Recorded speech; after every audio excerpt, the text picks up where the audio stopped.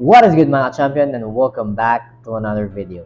For today's video guys, I will share with you how you can trade gold. Okay, so recently I have been receiving a lot of messages pertaining to gold, and they said that they're having a hard time looking for opportunities. Do take note that if you have a proper system, regardless of any currency pair or tradable asset, there's also a way how to trade all of them. Okay, so I do understand there's difficulty, but please take note as well that gold is one of the highest volatile markets. So if you have an adequate amount, please be cautious as it might wipe out your whole account. So again, thank you so much to all my TFP VIP champion students all over the globe, subscribers, followers, and sa lahat po ng sumusuporta. So without further ado, let's get straight to our charts. Alright, so again, marami nag-message sa akin and they're really having a hard time trading gold as of this time. And I will show you that whatever the market condition, if you have a proper system, there's always a way how to trade gold. Okay, so this is currently the view of gold as of now. So do take note that the first thing we should do is check the market structure from your historical data up to the present. Okay, so evident that the market went from this bull run, diba? Low, high, higher low, higher high, higher low, higher high, higher low. And as of now, diba, makikita natin that the market, from this perspective, is nagkaroon tayo ng all-time high dito sa gold way back around May. Okay? So, ibig sabihin yan, market is on a bull run spree coming from this perspective from the past few months since last year. Okay? So, ngayon, anong ibig sabihin yan? Ngayon, yung gold, kaya siya nag-consolidate is nagkakaroon siya ng somewhat exhaustion na ibig sabihin, market may pump again for another bull run or it may drop for its exhibiting weakness as of this point. So, again, no one knows ano exactly pwedeng gawin ng gold.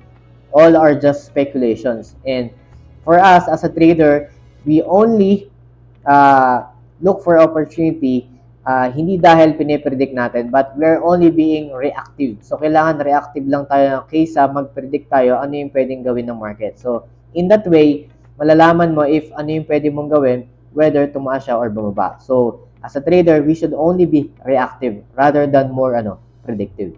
So, anong pwede natin gawin ngayon? Kung babasahin natin yung market structure, so, nakita natin na meron tayong major bull run from this point of view, and from this higher low, okay, and then higher high, ano yung ginawa ng market? Market, nagkaroon siya ng weakness, okay? Although nagkaroon tayo ng lower high, okay, and then another low, lower low, and market now is settling for another lower high. That doesn't mean na yan ay downtrend na. Take note, okay? What we're seeing right now and ano yung nakikita ng majority is itong trend lang na yan. Kaya nila sinasabi na, okay, baka pwede ako mag-sell, this and that. Take note, yung recent higher low mo is intact pa, wherein marami pa nagsasettle na mga buyers dito as an area of major support. So, hindi pa nababasag to, ibig sabihin yan, hindi mo pa pwedeng sabihin that the market will go down. Okay? No one knows that as well. Ang importante is, we should be only looking for opportunity, ano may hinahain sa atin ng market ngayon.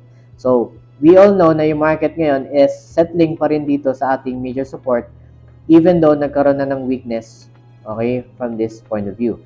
So, again, if I were to analyze this and look for opportunity, that is the time I will going to add yung mga confluences natin, such as key levels, trend lines, and candlestick patterns na pwede natin makita in conjunction with our system.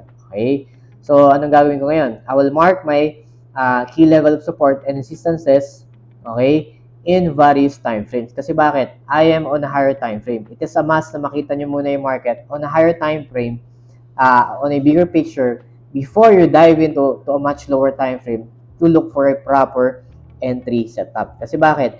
Most of the people now, hindi naman kayang iswing to kasi not all people realistically ay may malaking account. So definitely, sumusundot-sundot lang sila in a manner of scalping, diba? So short-term trade lang mostly ang kaya nilang gawin kasi nga hindi kaya ng account nila mag-extend ng much larger risk. Tandaan nyo, volatile ang market ito. So, malaki yung pwede nyo i-risk kapag malaki rin nyo o malawak yung stop loss range nyo. Kaya, realistically speaking, I am doing analysis in a manner of like, pag maliit pa yung account nyo. Alright? So, again, punta tayo dito sa, sa market na to. And, evident na nagkakaroon nga ng consolidation as of this point.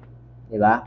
But do take note, kung marunong kayo magbasa ng structure, malalaman nyo na this is not just a consolidation phase. Okay? Pwede tayo makakuha ng opportunity, lalo na kung day trade or scalp perspective. So, I will mark my key level support dito. And in terms of confluence, di ba, nakita natin tong cycle of downtrend na to. Although may cycle of downtrend, that doesn't mean that the market will exhibit a major bearish run. Kasi bakit? Nag-hold pa tong major support level. Okay? Coming from this view. So, coming from this point, di ba, we are at a major support level that reacted from historical data. Okay? So, anong pwede kong gawin? I will add my confluences such as trend lines, di ba? So, delete ko lang to. So, ibig sabihin yan, we are confined now in this small triangle. So, ibig sabihin, on a long-term perspective, ang pwede lang nating opportunity is where? Di ba? Within this range. So, ibig sabihin yan, pwede ako makahanap ng trading setup within this range, whether buy or sell. So, anong pwede kong gawin? Okay? Now that we know the overall perspective on a long-term, daily perspective, hindi naman ako pwedeng mag-trade right away sa daily, di ba? So, tandaan nyo, hahanap tayo ng mga clues and better structure sa mas mababang time frame. So, anong pwede kong gawin? Always use your previous daily high and low para maging support at resistance nyo on a much lower time frame. So, meron kayong boundary saan kayo pwedeng mag-trade, okay? O ano yung limit nyo sa inyong boundary nyo for a buy setup or a sell setup. So, I will use the previous daily high and low of the previous daily candle. Okay? So, yun. So, I've been doing this method, okay, from my past videos as well, and it's really helped me and other people na gumagamit nito. Not because it is a secret or what. So, tandaan nyo, this is just simple logic that kapag bumaba ka ng time frame, magiging support resistance yan dahil nga, mabi-break down tong daily candle na yan into series of candles. Okay? So, this will be my previous daily high and low. Previous daily high. Okay? Ito naman yung aking previous daily low. Okay? So, that will act as a support or resistance dito sa ating lower time frame. So, I'm on a daily, and tandaan nyo, yung current market ngayon is within that range. Okay? So, bababa ko ng 4 hours para mas makita tayo ng better structure. So, now, somewhat, the market structure improve and mas makakahanap tayo ng opportunity. So, do take note, okay, na yung market ngayon is in between. Okay? So, ibig sabihin yan, our boundary na for opportunity, whether buy or sell, is whether here or up until here for short-term trades. But as of now, we cannot really say that the market is going up or down. Diba? So, anong ibig sabihin yan?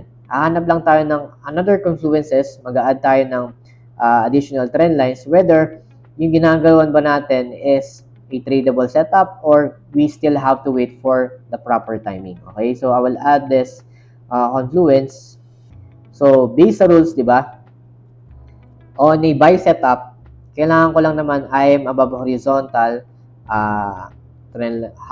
support, trend line support, and even above ng counter trend line resistance. So, does that exhibit or satisfy yung rules as a buy setup? So, kung makikita mo, dito yung aking diba?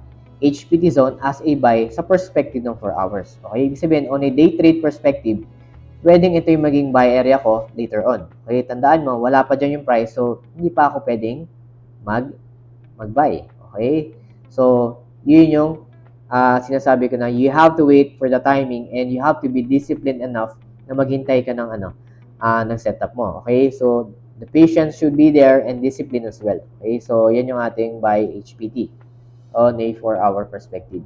So, it is important na minamap out natin yung mga areas na pwede tayo mag-trade. Hindi pwedeng random lang or hindi pwedeng huhulaan mo lang dahil ka nasa support, trade ka na. The reason, yan yung maging HPT ko kasi I am above, di ba, horizontal support. I am above trend line support. So, dun pa lang may consequence na ako na this can be a buying area for me. Ano pa? I can also see that I have broken a certain counter-trend resistance coming from this perspective. Diba? Meron ako ditong 2 points. Okay? So, ibig sabihin yan, market, ang ginawa niya is, binasag niya itong counter-trend resistance, and right now, nag-react siya dito, and possibly, market can what? Can go to my buy HPT for another bounce. Okay? Again, that is just speculation. I can only react once yung market nagpunta sa buy HPT. Okay? Sinasabi ko lang yung mga potential move na pwedeng gawin ng market. Okay? Anything can happen. Pwedeng pumunta muna dito yung market before it goes down for another up. Anything can happen. So, again, I'm only mapping out ano yung mga pwede kong tradable areas. Okay? So, ngayon, sa 4-hour perspective, yun lang yung nakikita ko na relevant area of buy setup kasi yung sell setup, wala pa naman. Okay? So, ibig sabihin yan, ang pwede ko lang makuha dito sa 4-hour perspective is buy setup, which I need to wait for a few hours. Okay? So, ngayon, anong pwede kong gawin? If I'm going to look more opportunity. So, that's the time na bababa ka pa ng time frame to a more logical market structure. So, anong gagamitin mo? Gagawin mo ngayon is, kukunin mo yung high and low ng previous 4-hour candle. Okay? So, again, nasaan yun? Okay, kung makikita natin, meron tayo ditong 4-hour, high and low, diba? Ito. Okay, kasi bakit? Nagpo-form na yung current candle ngayon, okay, given this doji. So, ibig sabihin yan, ongoing ba siya? Okay, so ngayon, I will use this 4-hour as my boundary for a setup. Okay, whether ano yung pwedeng opportunity na makuha ko. So, right now, I will go to 1 hour para mas makita natin yung structure niya, whether we are going to buy or sell. Okay? So, ngayon, anong makikita natin? As a structure, basahin ulit natin So, coming from this low, diba? And then, nagkaroon siya ng impulsive move high, and then higher low, and then almost equal highs. But then again, market went down, nagkaroon ng lower low, and then exhibits a lower high. So, ibig sabihin, may weakness ngayon. Ibig sabihin niya, okay, there's a possibility that I can sell the market if mag-continue yung trend niya na lower low, lower high, lower low. Before it goes down to my 4-hour opportunity on a buy setup. Okay? So, ibig sabihin pala niyan, may possibility na market ay bumaba, continuing itong trend natin as a market structure. So, mangyayari lang yan if we're going to satisfy yung ating system rules in terms of selling opportunity. So, anong pwede kong gawin? I will use yung ating system rules sa sell setup using TFP wire system. Anong pwede kong gawin? Use your confluence and candlestick patterns. Okay? So, ngayon, if I'm going to connect, diba, trend lines, ano mapapansin mo? Okay? Pag sinabi nating sell setup, we must be below resistance, below trend line resistance, so which is manggagaling din dito. Okay? As a confluence, pwede rin. Okay? Dahil ito yung mga points na pinag-connect ko. Okay? Ito yung mga points na pinag-connect ko. Okay? So, again, anong ibig sabihin yan? If I'm going to trade, kailangan i-map out ko yung sell area ko as an HPT. So, ibig sabihin yan, I must be below trend line Trend line, so I must be below trend line resistance, and I must be below ng counter trend line support. Kailangan nabasag yan, broken counter trend line support, and I must be below horizontal resistance. So, anong pwede kong gawin? Take note that we have a structure dito, di ba? Meron tayong resistance level, meron tayong support level. So, ibig sabihin yan, okay, ang area of resistance ko as an HPT, okay, would be around this area. Okay, yung tutumbukin niya. Okay, so anong pwede kong gawin? I will use this area as an HPT zone. Kasi bakit? Ito yung parang tutumbukin natin na area of selling. Okay? Okay. Yan. Bakit yan? Tandaan mo, because I am below trendline resistance. Okay? So, in terms of horizontal resistance, diba? Take note, meron tayong mga structure dito na merong multiple touch. So, it can act as well as your resistance level, okay, around this area. So, take note that it can serve as your horizontal resistance. Kasi bakit? From past data, meron ka pang area of dito. So, again, this whole area is your selling HPT, HPT zone, okay, around this area. And take note, nabasag mo rin yung counter trend line support mo, which is ito. Okay? So, right now, ihintayin ko lang yung market mag-react sa aking HPT before I sell the market going here or even up until dun sa aking take profit. So, kung gusto nyo less greed, just use yung 1:3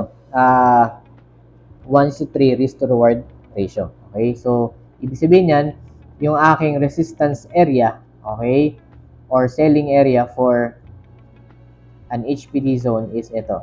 Okay? Ito yung magiging HPT. Okay? So, given the structure, tandaan nyo, coming from this broken counter trend line support, okay, and major area around this horizontal level, and I am now below nitong trend line resistance, so it can be an HPT for a selling. So, kailangan ko muna maghintay, magpunta yung market dito before I can execute for a sell. So, what you can do is simply what? Okay? What you can do is simply baba ka ng lower time frame for the proper execution. So, since nasa H1 ako as a level, di ba? Mas gusto ko na mas makita yan on the proper risk to reward ratio sa 5 minutes. So, you can execute dito sa 5 minutes. So, kung makikita nyo, this is the huge area for selling opportunity natin. Okay? Kasi bakit? Kailangan natin mag-react yung market within this area. Kailangan mag-pullback siya and we'll execute a sell trade stop loss above this range, okay, before we dive into a take profit. So, again, as an opportunity, anything can happen, but tinitignan ko lang yung opportunity based on ano yung pinapakita ng market. Okay? So, do take note, ang pwede nyo gawin is just use any sell limit. Okay? Pwede kang maglagay ng sell limit dito. Okay? And then, itp mo siya doon sa buy HPT mo as a take profit. Okay? So, again, once nagpunta dito yung market price, okay, you can still be conservatively enter using what?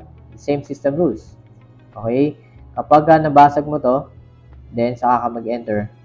Or, aggressively, you can use limit order para once ma-trigger to, then it's gonna be a running trade. Kasi yung ginagalawan mo naman is sell HPT area or HPT zone.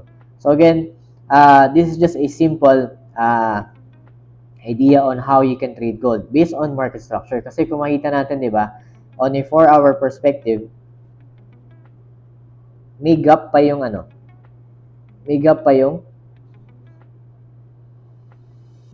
gold, okay, within this range. So, yun yung pwede mo lang i-trade before you can look for buy setup within this HPT. Okay? So, again, anything can happen. Ang point ko lang dyan is we don't want to predict. We only react kung anong pwedeng gawin natin based dun sa condition na pinoprovide ng market. And based nga dun sa lower time frame natin, like 1 hour, okay, ito yung structure niya. Okay? So, yan yung pinoprovide na area of opportunity. So, don't be confused sa mga lines. Again, yung mga ginagawa kong trend lines or horizontal lines are just supporting levels kung saan binabasa rin pa rin natin yung market structure. So, nanggaling tong mga counter trend line resistance from these points, di ba? And tandaan nyo, as a sell, di ba, kailangan you are below all of these levels. At least 2, di ba, on this area. Okay, so ito yung tinutumbok natin na HPT zone. Okay, so this area is a whole seller's market area. Okay, so yan yung pwede nyong puntahan as a selling point. Okay, before you go to the buy HPT or another opportunity as a long position. So, provided na ang ginagalawan mo pa rin is within this previous daily high, saan yun? Ito. Yung previous daily low, which is given by this lines. Okay? So, you are still bounded within this limitation. So, kaya yung tinitrade natin is nasa loob lang din yan. Okay? So, again, I hope this provides you a better outlook on gold and how you can look for opportunity pertaining to gold using just basic concepts, market structure, consequences such as trend lines, support and resistance, and of course, candlestick patterns. Okay? So, you don't have to complicate things, you just have to be logical. So, sabi ko nga, if you know your system well, okay, kahit ano pang i-offer na condition ng market, meron at meron yung opportunity. I may be wrong, again, I'm not perfect, okay? I do also have losses, but the important is you have a good risk management and a good trading psychology. Tandaan nyo, always calculate your risk prior execution para alam nyo na hindi kayo maapektuhan emotionally, di ba? Psychologically, pagdating doon sa inyong trade setup. Right? So, I hope this analysis provide you more value pagdating sa paghahanap ng opportunity. Lalo na dito sa gold. So, gold can make or break you. Tandaan nyo, napaka-volatile nito, and if hindi sufficient yung inyong account or hindi sufficient yung inyong capital dun sa inyong account, it can, okay? And high likely, mauubos yung capital nyo kapag you are trading improperly dito sa gold. So, be cautious, have a good risk management approach, and of course, a good trading psychology, right? Technicals, anyone can do that, but ang point natin dyan is, if you don't have any proper approach, technically, then, mas lalong problema yun, okay? So again, thank you so much sa all my TFP VIP champion students all over the globe, subscribers, followers, and sa lahat po ng sumusuporta. Alright? See you all on the next videos. God bless and bye-bye. So, I just want to inform and announce that our TFE VIP champion student private Discord community is already up. And yeah, here we have several channels wherein we share our technical trading ideas among each other. And of course, we also have our weekly trade ideas para sa ating mga weekly forecast para sa mga currency pairs. And some announcement section. And of course, since tayo ay global, of course, we have other students as well na galing sa mga ibang bansa overseas. So, here we introduce ourselves and introduce kung saan tayo galing, sa bansa tayo ngayon, OFW man o hindi. But nevertheless, this is a healthy community para mag-share ng mga trading ideas para sa inyo guys. And hopefully, I will be putting up a server publicly para sa mga baguhan naman and those mga followers and subscribers natin. Alright? So, yeah, this is just a minor announcement and hopefully guys, you can join us and make this community grow lalo na sa ating mga estudyante nag-aaral. Alright guys, so mga baguhan pa lang. But nevertheless, everyone here wants to learn, wants to make profit from the market. But as much as possible, we're all equal in the eyes of the market. Alright guys, so that would be it. So yun lang and thank you very much. Alright, bye-bye.